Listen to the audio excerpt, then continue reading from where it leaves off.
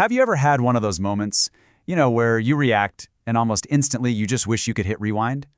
That feeling of being totally hijacked by your own anger, or a craving, or just a wave of fear. You feel stuck. Well, today we're going to look at a really practical way to train our hearts for real freedom in those exact moments. It's the question that echoes in your head when the dust settles, isn't it?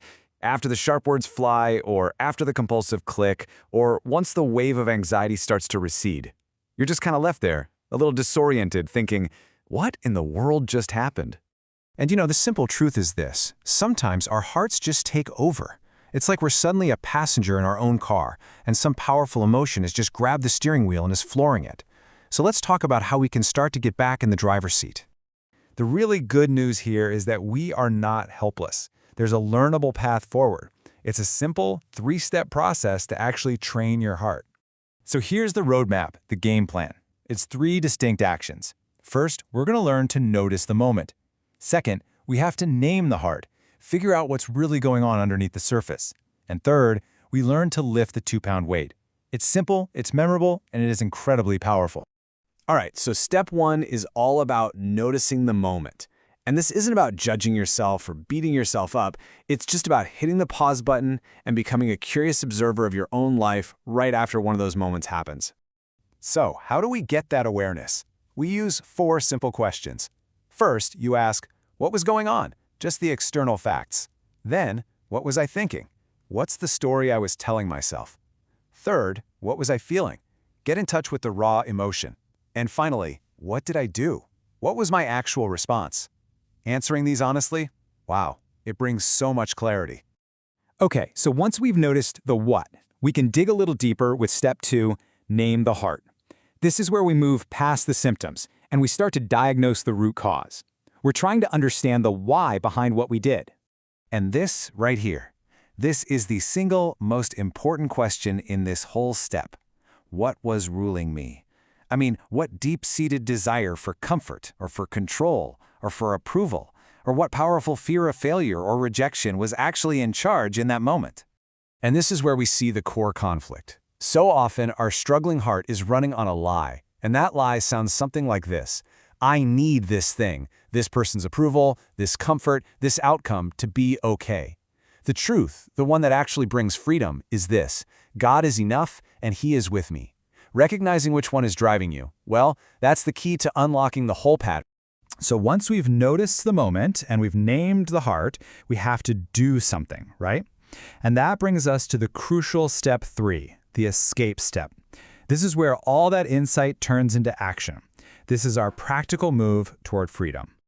I absolutely love this metaphor of the 2-pound weight. Think about it. You don't get stronger by trying to lift some impossibly heavy thing just once. No way.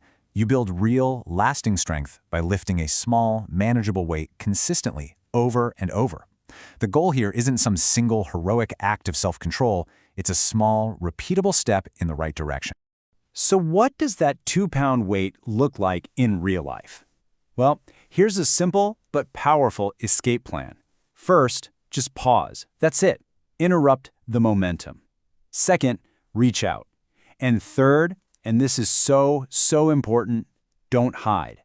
Our default reaction is to retreat into shame and isolation, but the escape route is always toward connection.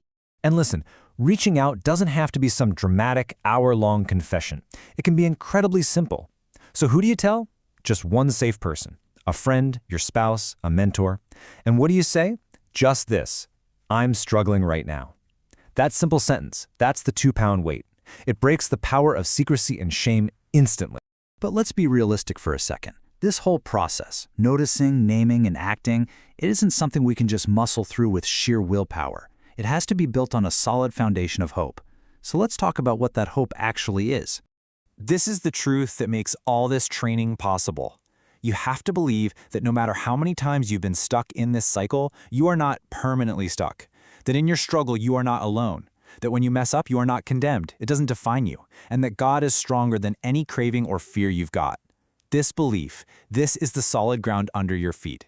So, as we bring this all together, the goal isn't to perfectly execute this entire strategy by tomorrow morning. Not at all. The goal is much simpler. It's all about focusing on just one small step today. And please remember, you are not in this rebuilding project alone. This is not just about you trying harder. This is a process where God is actively, patiently rebuilding strength within you, piece by piece. Ultimately, this is what it all comes down to. Freedom isn't usually found in some giant, dramatic leap.